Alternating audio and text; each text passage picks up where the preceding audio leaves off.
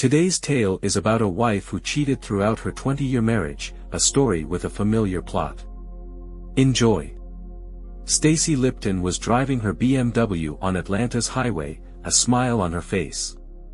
She knew she'd be home later than usual, but she blamed the city's notorious traffic. The delay felt like wasted time, but Nick, her lover who was nearly 10 years younger, made it worthwhile. He was not only an amazing lover but also a great conversationalist. His charm and ability to recover quickly after their encounters were evident as she drove away from the city. Despite Nick's allure, Stacy's thoughts drifted to her family, her husband Jonathan and their daughter Casey. She looked forward to spending time with them, now that she was satisfied. She was aware of her mood swings and planned to be patient and loving towards Jonathan. Upon returning home, her smile suggested she had the best of both worlds. However, she noticed Jonathan's pickup truck was missing from the garage, which seemed strange.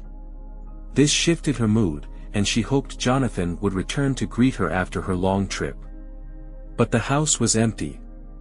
Suddenly, she remembered her phone had been turned off since dinner. Her thoughts were distracted, and she didn't notice that no one had called her. She decided to turn on her phone, returning to reality. Meanwhile, Jonathan was congratulating himself on executing a simple but brilliant plan to surprise and please his wife. He had known about her conference in Atlanta for months. As fate would have it, this conference coincided with their 20th wedding anniversary. A few weeks earlier, Jonathan had been approached about building a large vacation home in Atlanta. Once the business portion of the meeting was completed, he expressed an idea to his client, Boyd. He wanted to surprise Stacy and her colleague with a nice dinner at a good restaurant near her hotel. To top it off, he bought a pearl necklace to present to her at the table. Boyd suggested that his daughter, who was in college and knew all the good places in the city, could organize this. But Jonathan had another idea. He proposed to buy Boyd's daughter and her friend dinner if she agreed to sit at the table next to Stacy and send him a live video on Facebook. Jonathan had several pizzas delivered to his home for a party to celebrate his 20th anniversary. He invited his parents, Stacy's parents, his brother and sister-in-law, and Stacy's younger divorced sister. They all expected to see Stacy in real time when he surprised her with an anniversary gift. Jonathan's 16-year-old daughter Casey was also there with several of her friends. He had everything set up so they could watch the video on the big screen TV. Boyd's daughter would sit as close to Stacy as she could without arousing suspicions and send videos to Jonathan via Facebook Live. As Stacy came into view holding hands with a handsome young man, Casey asked, "Who is this guy with her mother? Didn't you say she would be with Sue?" Jonathan admitted he didn't know who he was, but he seemed to be a pretty close friend. Everyone gathered around Jonathan's TV could easily hear the conversation. "It's very nice that your husband paid for our dinner this evening," the unknown man remarked with a grin. "I will do my best to make this anniversary unforgettable, at least for you." Stacy replied, "You will need strength. My honeymoon was epic." The man asked, "Did you have a lover then, or did your husband actually manage to ring the chimes?" Stacy replied, "You're the only lover I've had in the last 20 years, not counting Jonathan, of course." Jonathan's father simply made a disapproving sound and frowned. As the couple took their seats, everyone heard Stacy call her companion Nick. The waiter left with the menu, and another waiter appeared with a nicely wrapped package. "Look, Jonathan must have delivered me a wedding anniversary gift," Stacy exclaimed in delight, tearing open the packaging. "Isn't she beautiful?" she asked, looking at the string of pearls. "Could you fasten it on me?" she asked Nick, who carefully fastened the necklace. Having completed his task, he quickly ran his hands over Stacy's chest. "Your husband is so romantic," an elderly woman sitting at the next table remarked. "You're lucky to have such a handsome man." "True on both counts," Nick agreed with a smile. "She has a romantic husband and a handsome boyfriend." Stacy glared at Nick, but the older woman simply laughed at his comment. "I gave you a pearl necklace last night, which I think looks much better on you than this," Nick joked, leaning down and kissing Stacy on the lips. "That's the difference between a husband and a lover," Stacy said with a sexy grin. "Husbands give us jewelry, and lovers give us climaxes." The beautiful red-haired girl who was Boyd's daughter whispered, "I can't do it anymore." She turned off her phone, saying she should have stopped earlier, but was so stunned that she went into shock. She apologized and said she would erase everything from her phone before leaving. The TV turned off, and everyone sat in stunned silence. One of Casey's friends was the first to speak. "It's already late. We better leave." Casey replied with tears in her eyes, "Dad, is it okay if I go home to my friends? I feel like I need to be with them now." Jonathan said, "Of course, honey. I understand. We'll talk tomorrow. Drive carefully, girls." His throat was practically whispering due to how dry it was. Stacy was surprised by the number of messages and calls she'd missed since she'd turned off her phone the previous evening. As she looked through the messages, her heart sank. Her sister and mother demanded to know who Nick was and why she was so friendly with him. They insisted that she had broken Jonathan's heart and that Casey was also very upset. Her mother and sister sent her at least a dozen messages each. Stacy checked her messages to see if she had anything from Jonathan and found that she didn't. How did her family find out about Nick, and how much did they really know? Where were Jonathan and Casey? How could she get out of the hole she found herself in? She needed to find out what exactly Jonathan knew and what he simply suspected. She called her mother and began as calmly as she could, "Mother, it's me. I forgot I turned off my phone last night. I see you tried to call me. Is there anything wrong? Only if you think the loss of your husband, the alienation and embarrassment of your daughter, the disgrace of your parents, and the behavior of an inveterate whore can be considered wrong," her mother ranted. "I'm guessing it doesn't bother you too much, otherwise you wouldn't be enjoying a damn pearl necklace from your boyfriend." "Jonathan gave me a string of pearls for our anniversary," Stacy countered. "Why should this upset you? Your father and I have seen enough adult films to understand what your boyfriend meant when he said you were wearing his pearl necklace," her mother said, not so straightforwardly. "Mother, what makes you think I would do something like that? Why do you think I have a boyfriend?" Stacy asked, fear tying a knot in her gut. "Don't play games with me. I am not stupid," her mother growled. "Jonathan invited us to watch you open his 20th anniversary present at the restaurant. He booked a table for you and your colleague, I think her name was Sue. We saw this whole vile story. Your husband treats you like a queen, and you don't respect him. Husbands give jewelry, and lovers give climaxes," Stacy had said. "I think you said that, didn't you?" her mother asked, shocked. "How is this possible?" Stacy asked. Jonathan had asked a friend's daughter to do a live broadcast from her phone. He wanted them to see how happy she would be with his gift, and then they were all going to call and congratulate her on her anniversary. "Looks like this might be your last anniversary, at least with Jonathan," her mother said sadly. "Maybe you'll meet your favorite boy again when things calm down." "Mother, you know I love Jonathan. That other guy means nothing to me. It was just something to pass the time." "These conferences are getting boring," Stacy insisted. "Oh, this changes everything," her mother said sarcastically. "Jonathan will feel much better knowing that his wife is not a whore and that she was just bored. I assume you left your puzzle at home, Mom. There's no use calling me names. How can I convince Jonathan that he is the only man I love?" "You didn't even convince me, so I'd say you have some work to do," her mother replied.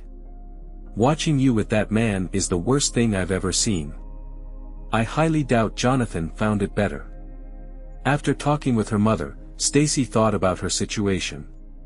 Her entire family had seen and heard everything she and Nick had discussed at dinner the night before. She decided to call Casey. "Casey, where are you?" Stacy asked when Casey answered her call. "I'm with Morgan. She's trying to console me because my family has broken up," Casey replied. "We are not breaking up. Please come home, and we can talk about this. Where is your father? Stacy asked uncertainly. He moved to a cottage on the lake, Casey answered. I don't think he wants to see you. He was so happy last night when he invited everyone to watch you open your gift. You practically tore his heart out when you showed up with your lover instead of Sue. Please come home, Casey, Stacy repeated, trying to think of what she could say to Jonathan to get his forgiveness. After finishing her conversation with Casey, Stacy began to look around the house. She noticed that a laptop and several filing cabinets were missing from Jonathan's office. The closet in his bedroom was completely empty, as was her mother's closet. Stacy fought back tears as she wandered aimlessly around the house, noting what items were missing. Jonathan didn't take a single photograph of her presence. This fact seemed especially depressing. Looking for something to take her mind off her crumbling marriage, Stacy began cooking dinner for Casey. By the time Casey walked through the door, she had managed to prepare a small meal. Casey was sullen and only spoke to Stacy when asked a direct question. Even then, she kept her answers as short as possible. Stacy admitted to herself that her daughter had good reasons to be angry with her, but she hoped that over time, the hostility would lessen, if not completely disappear. The next morning at dawn, Stacy walked into their lake house to find Jonathan slumped uncomfortably and passed out on the small couch. Numerous empty beer cans were strewn across the floor. Jonathan, honey, we need to talk. Wake up, please, Stacy said. Jonathan slowly opened his eyes and groaned. He gradually stood up and, without saying a word, headed to the bathroom. Stacy decided to make some coffee while she waited for her husband to return. A few minutes later, Jonathan, fresh from his shower, returned to the kitchen, and Stacy placed a mug in front of him. She hoped that Jonathan would initiate the difficult conversation, but that hope soon faded. It was obvious that he had no intention of starting a conversation. Jonathan, I'm sorry this happened. I love pearls. It was a wonderful gift that I will always cherish. It's a pity that I didn't know that you would pass everything on to your family. It would be great if you told me about this, Stacy said, hoping to open a dialogue. You. Was all Jonathan could answer, infuriated by Stacy's attempt to make him out to be the abuser. Stacy was surprised and hurt by Jonathan's answer. In all their years of marriage, he had never spoken to her in a disrespectful manner. This was clear evidence of the pain she had caused him.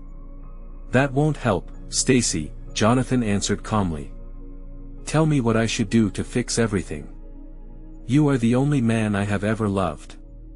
That hasn't changed. Together, we can deal with this. Tell me what problem exactly you want to solve. The problem is that I surprised you with an anniversary gift in a nice restaurant where I booked a table for you and a friend.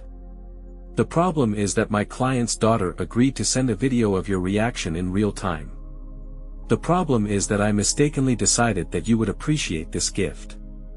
Explain to me what the problem is so that I understand what you are talking about, Jonathan said calmly.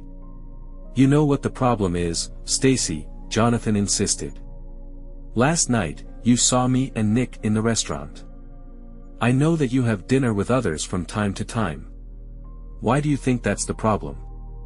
You know perfectly well why this is a problem. I told you I was going to dinner with Sue, but I actually went with Nick. You overheard our conversation and found out that we slept together. This is the problem we need to work on, Stacy admitted, blushing. Realizing that in her current situation, it would not be possible to go on the offensive, she added, just to be clear, is the problem that I, along with your entire family, overheard your conversation, or is the problem that you had sex with another man?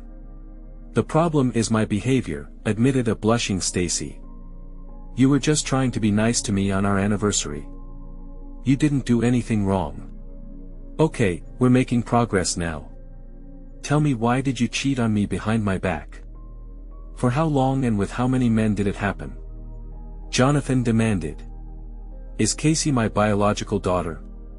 Is there any chance that her father was the postman? Jonathan's offensive question provoked Stacy's reaction. There's no need to be vulgar or offensive.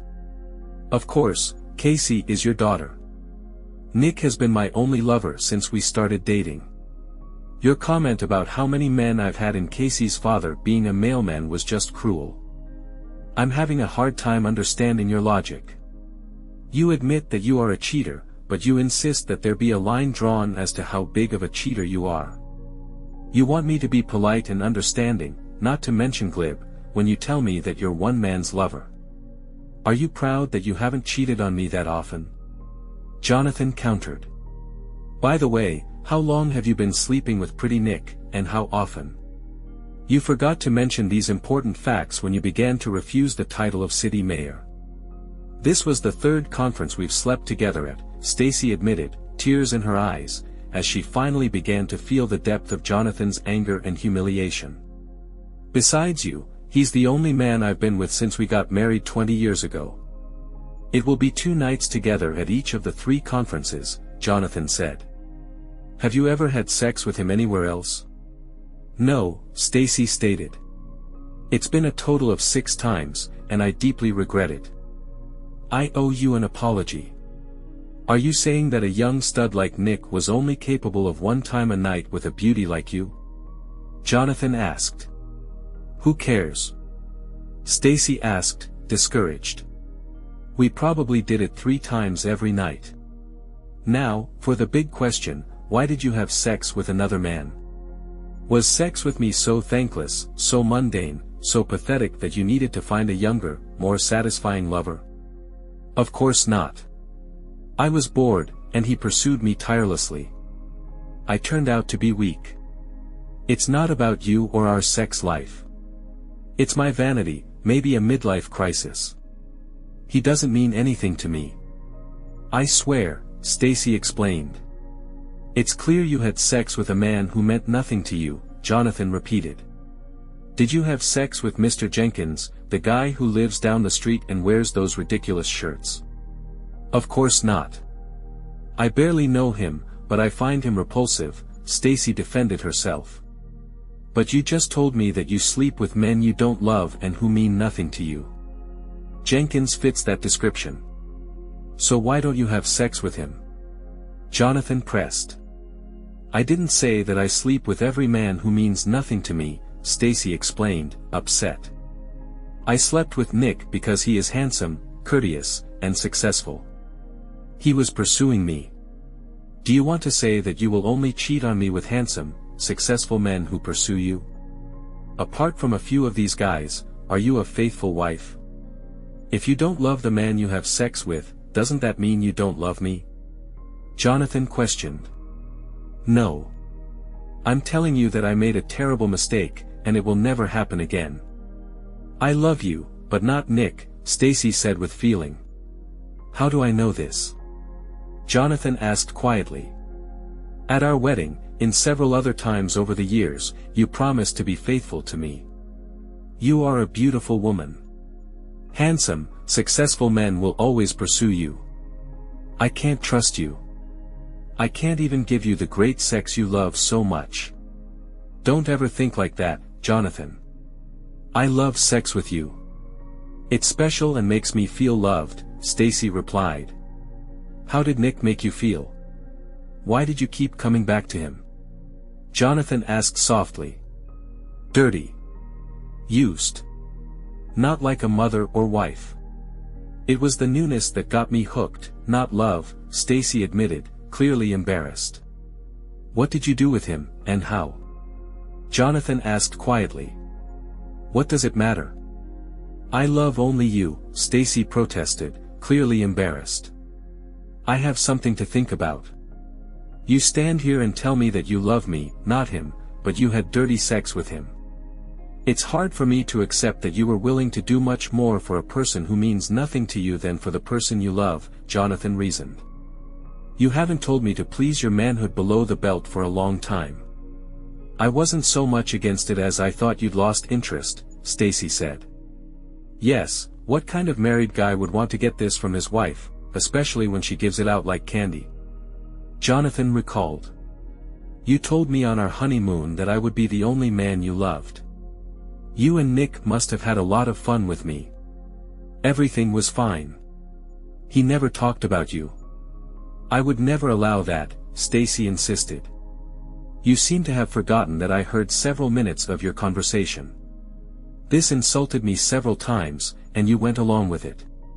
Remember how I slowed down? He will give you a better 20th anniversary than most wives. You didn't object, did you? Why are we even wasting time here? Jonathan suddenly demanded. You found someone new. I accept it. It looks like you should too. Why pretend that you want to stay married? It's obvious that you didn't enjoy being my wife, and let's not even talk about bad sex. You were beautiful, successful, and smart, and I bring nothing to the table. It was only a matter of time before you started looking for something better. Congratulations, you found it. Don't let the door hit you in the ass on the way out, Jonathan concluded. We can't let this discussion end this badly. We have to discuss everything and find a way back, Stacy tearfully begged. You can ask your lawyer to talk to my lawyer. It's over between us, Stacy. I'm going to divorce you. You left me no choice, Jonathan said. That day, Stacy went to work but was found in the break room by an angry Sue. Why did Jonathan ask me about going with you to Atlanta for a conference? You know very well that I stopped writing them after you decided to spend your nights with Romeo from the Chico office. I don't want you to use me as a cover for your infidelity, Sue demanded. Did Jonathan call you, and what did you tell him? Stacy asked dejectedly. The truth. I didn't go to the last 2 conferences. I was under the impression that you told him that we were going to share a room and spend time at the conference together. I don't like being used like that, Sue said. That won't be a problem anymore. Jonathan learned everything on this trip. I think he's going to divorce me, Stacy admitted. What other outcome could you expect? Sue demanded. No decent man could accept this level of disrespect. I was too damn stupid and self-centered to even think about Jonathan finding out about this. He moved out. Don't you think you made a choice when you slept with that nasty bastard from Chicago? Sue asked, a little softer. I'm sorry you lost Jonathan, but I warned you that this would happen if you continued like this. It wasn't me who told him.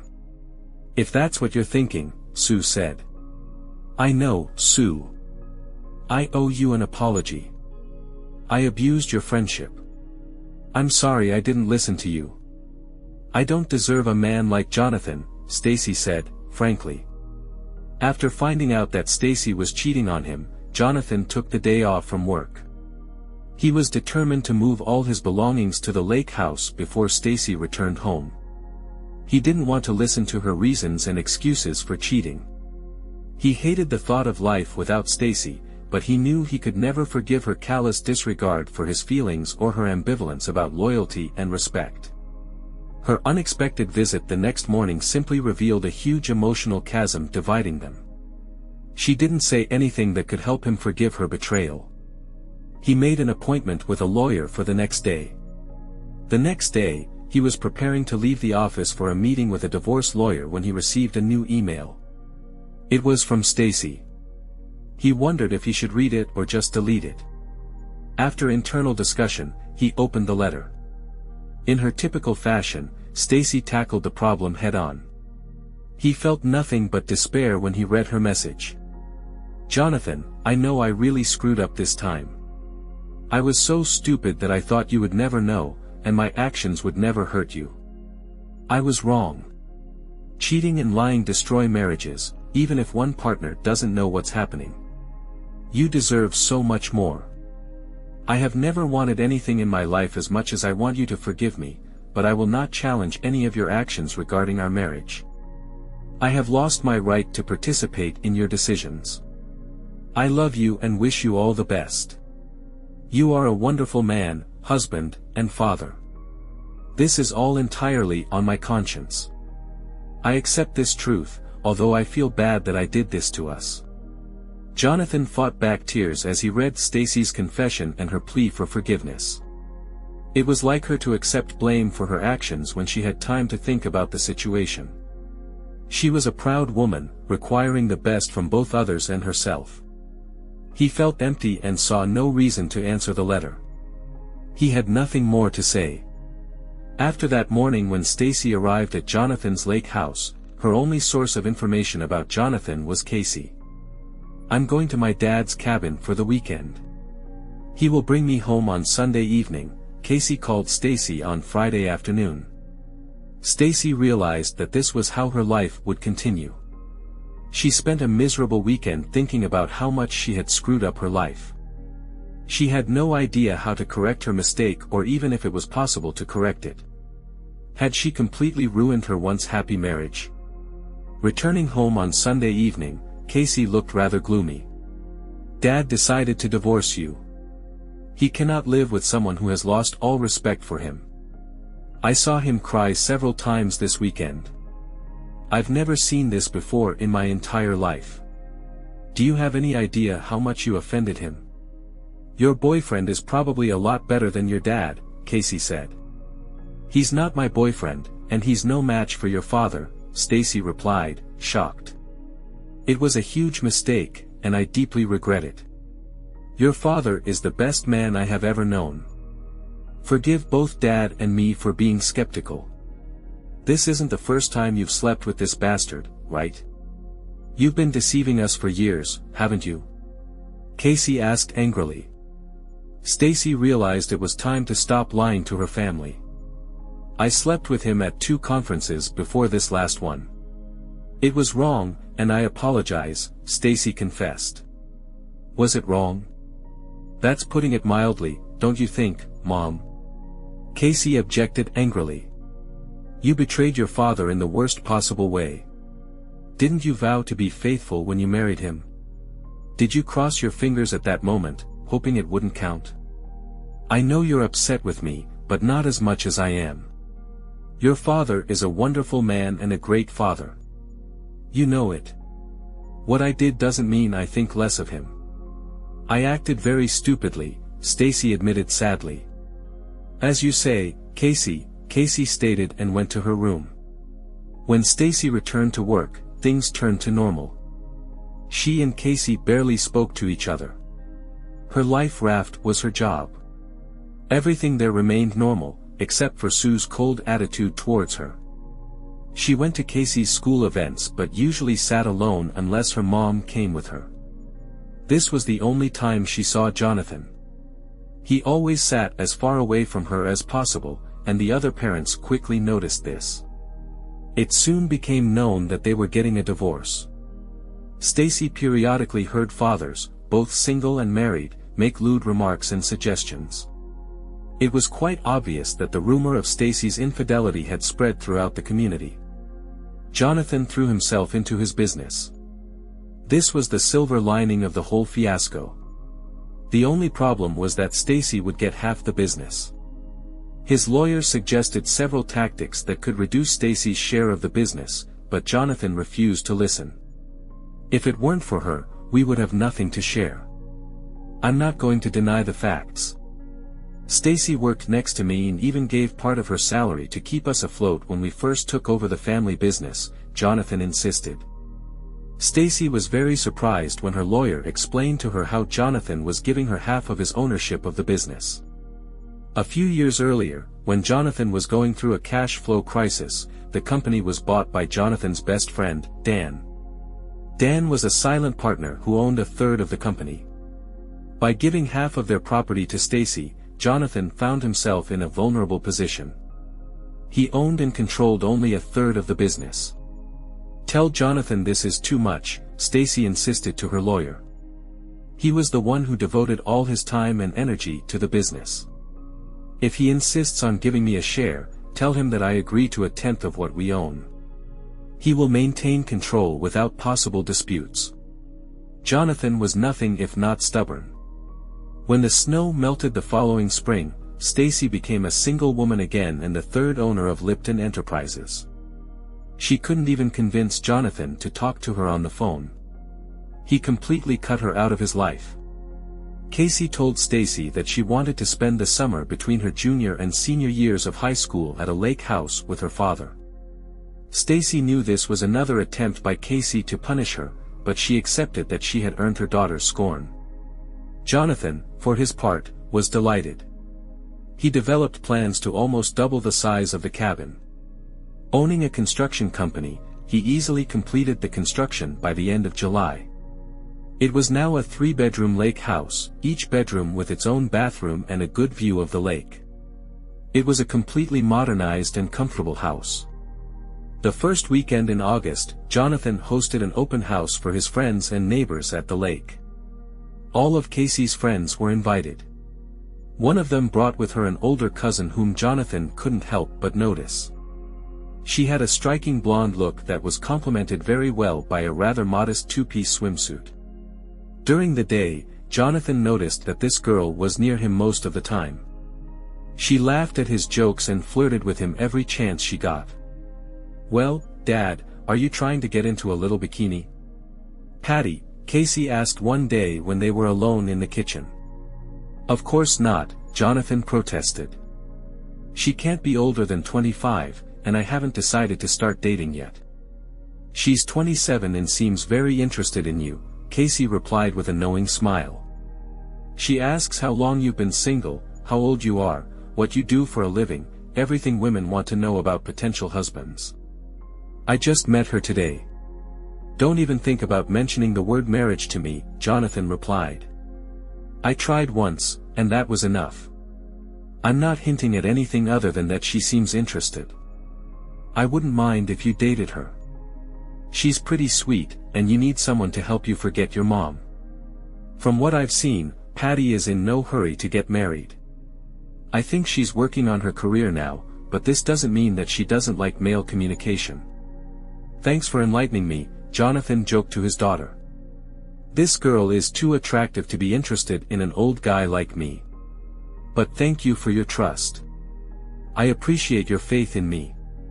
Stacy's company occupied the top 2 floors of an office building in the business district. At the end of the same block was a very popular Italian bistro where she used to have lunch every Thursday with a few of her friends from work. Because she kept an informal lunch schedule, she often saw the same people eating lunch at the same time. Stacy and her co-workers became friends with employees of several other companies located in her building. One afternoon, the bistro was unusually crowded, and Stacy's group was unable to get a table. One of the employees at Benson Advertising, located on the 2nd floor of her building, invited her group to join them at a large table. They quickly accepted the invitation. After everyone said their first and last names as an introduction, the conversation began. One of the women on the advertising team was particularly attractive and very friendly. Stacy found herself enjoying the young woman's good humor. She smiled as the other ladies began to tease the woman. "We don't all have a rich guy with a big house on Lake Henry," the woman Stacy knew was Mary teased.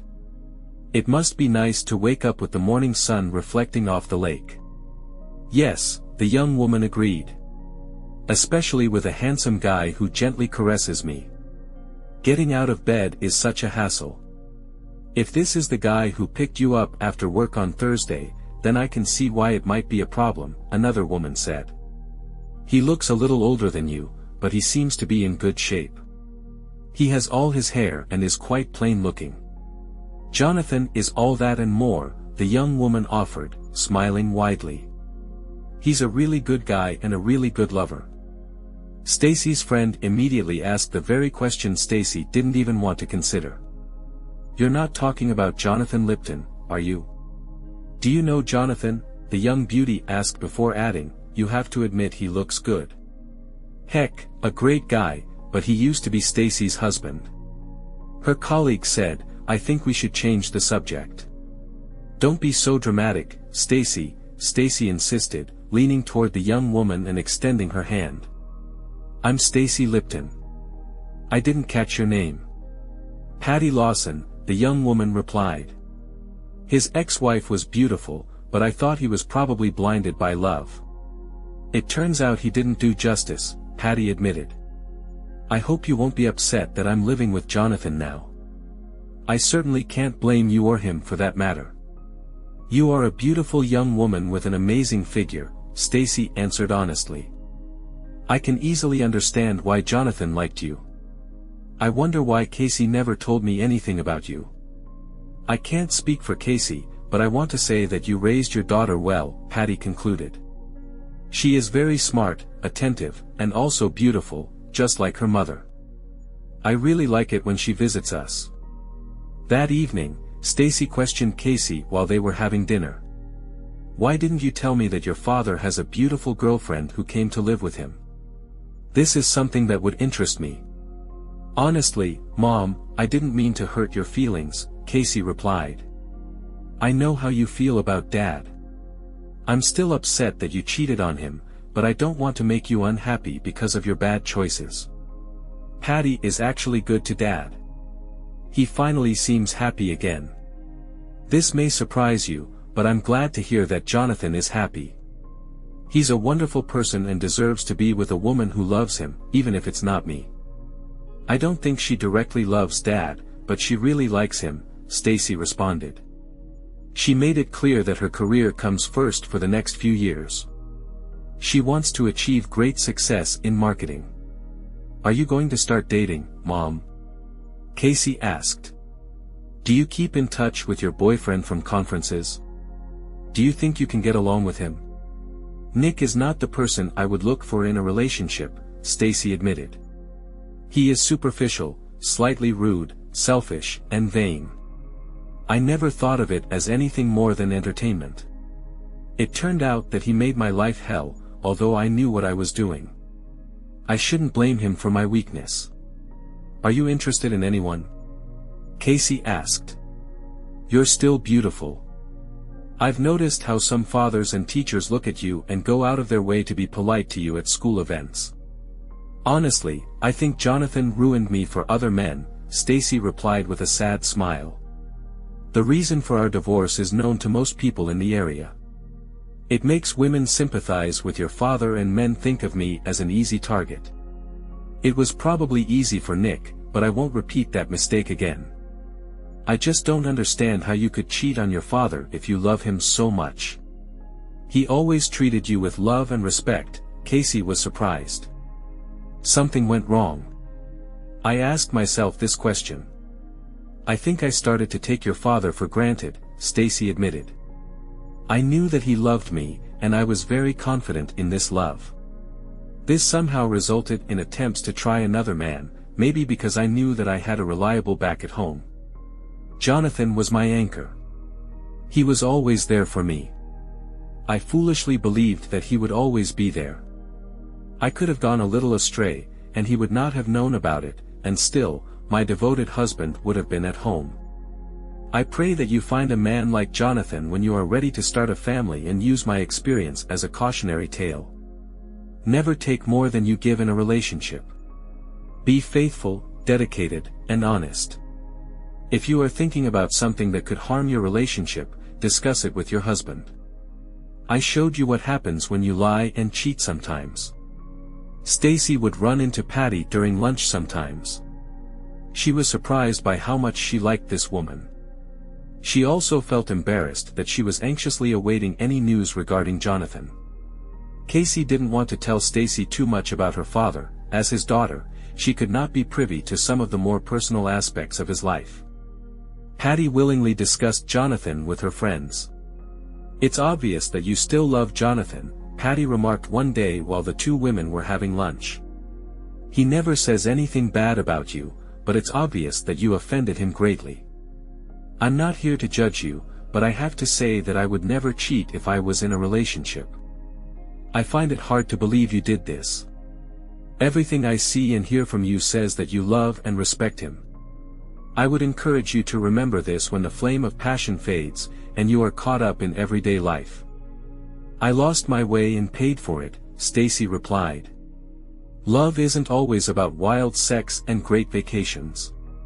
Sometimes it's trying to decide when to pump out the septic tank or what color to paint the house. Everything becomes ordinary, but that's normal. Jonathan is an honest businessman, a caring, loyal friend, and a great father. I will always love him, but I betrayed him in the worst way a wife can. I learned my lesson, perhaps I woke up too late. I told Jonathan last night that I was accepting a position in Seattle and would be leaving in 2 weeks. This is a great opportunity for me. I told him from the beginning that I put my career first, but I see that my news upset him. I'm telling you this so you know what he's going through and maybe help him if he gets depressed, Patty said. He's a really great guy. He's just not my forever boyfriend. I'm sure he will miss you very much. Jonathan doesn't do anything on a whim, Stacy started with a small smile. If he invited you to live with him, it means he has a very high opinion of you as a person, in addition to your beauty. At the same time, he is a strong person. I tested his strength, but he survived. He's really improved. Yes, that's why I give you the information first, Patty replied with a smile of her own. What you do with it depends only on you. Only a week had passed when Jonathan's best friend and secret partner, Dan, asked Stacy to meet him for lunch at the bistro. The room was crowded, but they found a small table to the side. After the usual greetings and formalities, Dan explained the reason for his request for a meeting. You know that piece of land that Jonathan bought on Route 21 near the river? Dan began. I have a buyer willing to pay almost $2 million for it. Jonathan bought it for next to nothing. The profit will be huge. Your third will be more than $500,000. Jonathan said that this land can be bought, and someday it will be very expensive. Is he going to sell it? That's the problem, Dan replied. He says he thinks the company will get more benefit if they offer it for a long-term lease. He would like the contract to stipulate that his company will build what the tenant needs for his business. That sounds like Jonathan, Stacy admitted with a smile, thinking about how businesslike and smart he was. I'm sure he's done the math, and his plan will be more profitable in the long run. What is the problem? I think we need to make a quick profit by selling the land, Dan explained. Planning 10 to 15 years ahead is great, but I'd like to get the money now. You own a third of the company. I own a third. Together, we could insist that Jonathan accept the offer and then pay us our share of the profits. Jonathan won't get hurt. He'll get $500,000 in cash to calm any ruffled feathers. Stacy felt her anger rising as she listened to Dan make his proposal. Are you asking me to betray Jonathan's trust? Stacy asked, trying to keep her voice steady. You think money means more to me than Jonathan's ruffled feathers, as you call it? Let me tell you something. Jonathan would take this as a complete and utter betrayal by his wife and best friend. This is the worst thing you could do for him. Worse than his wife having sex with some young guy at a conference. Teased Dan, you're his ex-wife for a reason. You've already betrayed him. He divorced your cheating ass. This is a chance to get a little revenge and, at the same time, get a good amount of money. I betrayed Jonathan, and I admit it, Stacy replied in suppressed rage. I was stupid, and selfish, but I never wanted to hurt him. He's better than both of us and deserves much better business partners than both of us will ever be. That's why I will never betray him again. I'd rather lose my last penny than hurt Jonathan like that. I proved that I was a lousy wife, and you just proved that you are a bad friend and partner. Jonathan will control my share of the company as long as I breathe. In fact, I'll be making a new will to make sure Jonathan gets my share after I die. You should know better than to doubt his business skills. Stacy stood up and placed a bill on the table to cover her half-eaten lunch. Then she looked into Dan's eyes.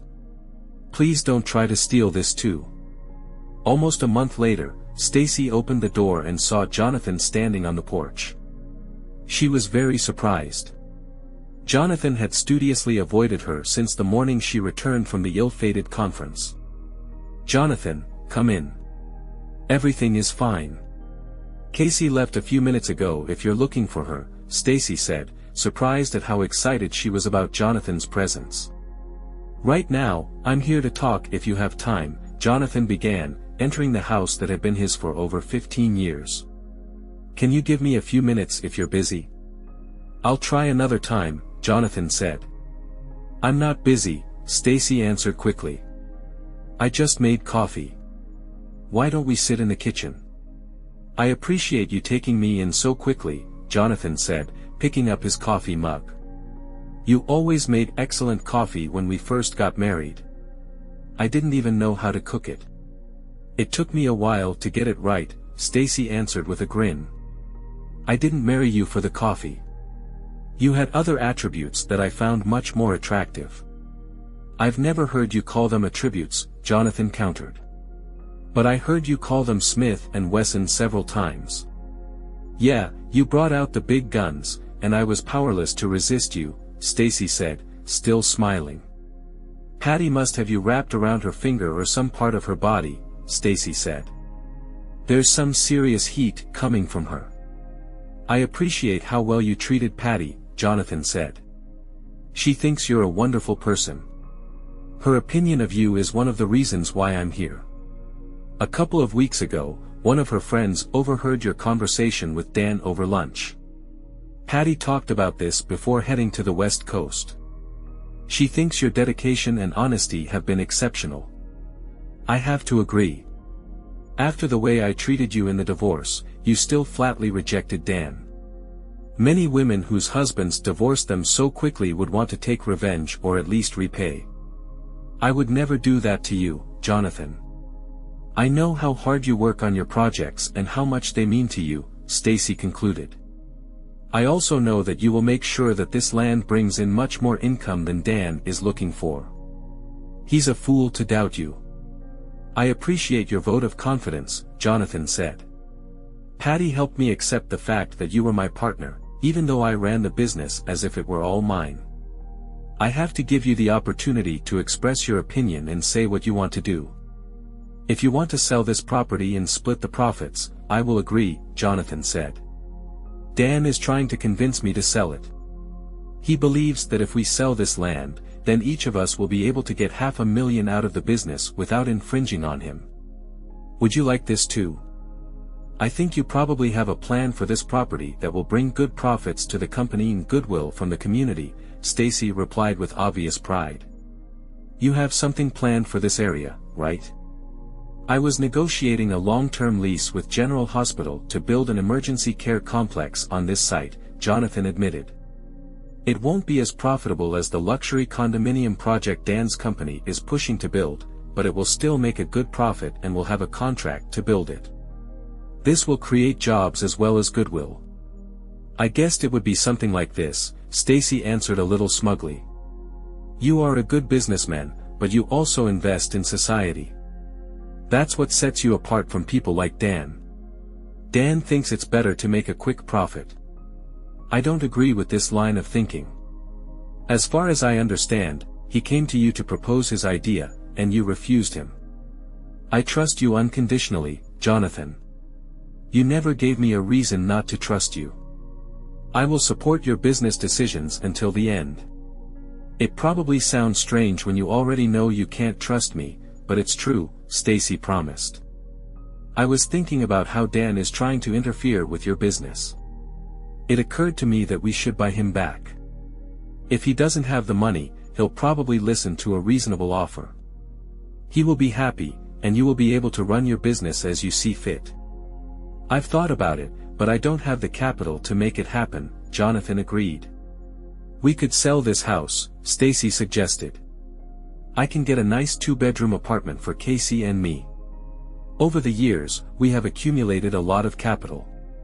The house is almost paid for, and you've made some major improvements.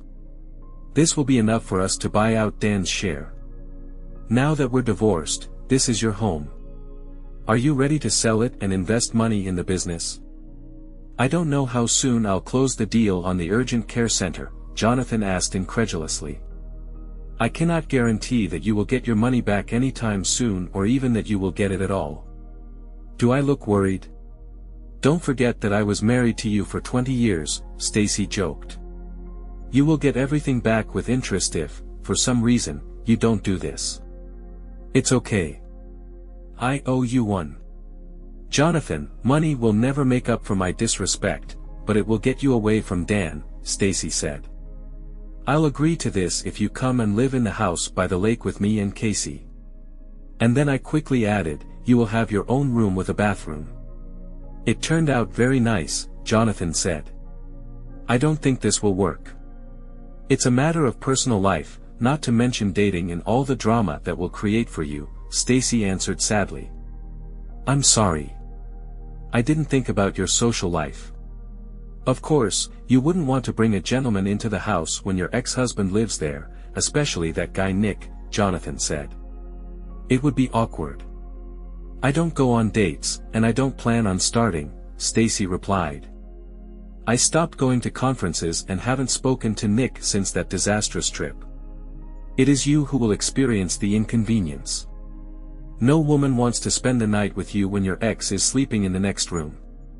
If I'm around, it will be extremely unlikely that you will find a woman who will agree to move in with you, although I do not rule out the possibility. I've seen women fall in love with you. I divorced you because you slept with that guy and then moved Patty in with me, Jonathan said. My behavior wasn't the best example for Casey, was it? My only excuse is that I was depressed and lonely, Jonathan continued. Another man took my wife away from me, and my self-confidence was pretty low. Patty was able to restore it for me. I'm sorry I damaged your self-esteem. I wish this had never happened, but I don't blame you for falling for Patty. She is a wonderful woman. You are a single man and can enter into any relationship you want. I don't think I've ever apologized properly for my behavior, Stacy said and added, I don't think I've ever apologized properly for my behavior. It was not something you caused or created. This is all on my conscience. I truly screwed up, and I am truly sorry for the pain and inconvenience I caused you. You really hurt me, Stacy. I've never been unfaithful, Jonathan admitted. I live for you and Casey. I went from having everything to feeling like a complete failure. Patty helped me understand that while I may not have been the perfect husband, I wasn't the reason you cheated, Jonathan said. You could have told me that you were not happy with our marriage or our sex life or anything. I would have tried to do better if I had known. I was just stupid, not unhappy. You were a very good husband, a great father to Casey, and a great lover. I have lost my way and deserve to be unhappy, Stacy said. It sounds strange, but being unhappy makes me happy. I feel like I'm paying for my sins. Maybe you'll at least come and look at the house by the lake, Jonathan asked. I would like to show it to you and get your opinion. I took some of the ideas we've discussed all these years into the rebuild. I think you'll approve. Casey has a volleyball match in 2 hours, Stacy asked. Can I take advantage of this offer another time? Let's look at it before the match, Jonathan suggested. We can go there together. I'll drop you here afterward. Aren't you afraid that people will think we're back together if we go as a couple? You usually sit as far away from me as possible. Yeah, I was a bit of an ass, Jonathan said. But in my defense, you left me in our marriage. You couldn't expect me to be cordial to you. Actually, you were much kinder to me than I would have been to you if things had been the other way around, Stacy admitted. Your Salmon offer was too generous. We both know it looks like that kindness is paying off. Honestly, Jonathan, you can take anything of mine that you want, Stacy said. You have always been honest with me. I know that you will not harm me, although I deserve it. Let me show you the lake house, Jonathan suggested, changing the subject and giving himself time to calm his emotions. While Jonathan showed the house, Stacy admired the renovation. You really did a great job, Stacy remarked when Jonathan showed her the second bedroom. Casey's room is very large, and she has her own bathroom. This is the dream of every teenage girl. When Stacy saw the second bedroom, she felt it was time to talk about the elephant in the room. It's a lovely room with another amazing bathroom, but I can't stay here, Jonathan, Stacy said. It will be too painful for me to see you every day and remember what I've lost. We will sell the house, and I will rent an apartment. I'll be fine. We have to leave soon for Casey's match. Let me show you the master bedroom, Jonathan urged.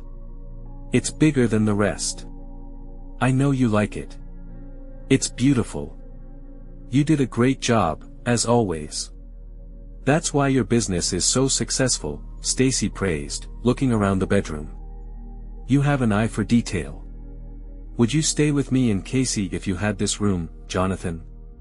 I would still see you every day, and I don't think I could stand it, Stacy answered sadly. I didn't mean that she would be yours alone. I thought maybe we could share it. Are you asking me to share your bed? Stacy asked, raising her eyebrows and studying Jonathan's face. Ever since the day I found out you cheated and I left home, I felt like crap. I miss you so much that sometimes it hurts. You screwed up big time, but I slept with Patty for months. This softened your betrayal a little, but did not get rid of it. I wonder if we can get over all this crap and try to be together again. I don't want to be your prey. If you want to punish me even more, I won't do it, Stacy answered firmly. If I move in with you, I will be completely faithful and expect the same from you. No more young beauties in your bed. It will be just me there, or I will be gone in an instant. I have worked hard to regain my self-respect, and I intend to maintain it.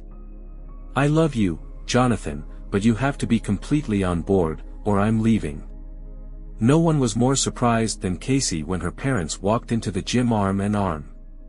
She hurried to them to talk to them without anyone hearing. Mother, Dad, does it mean that? Casey began, but Jonathan smiled and nodded before she could finish her question. Casey hugged her mother and held her close as she spoke into her ear. Welcome home, Mom. I love you, but don't ever cheat on Dad again. I have a friend with a single aunt who is even more beautiful than Patty, Casey said. What do you think of our story today? I thought it was quite interesting. The man did a really manly thing. What do you think? Write in the comments. See you in the next videos.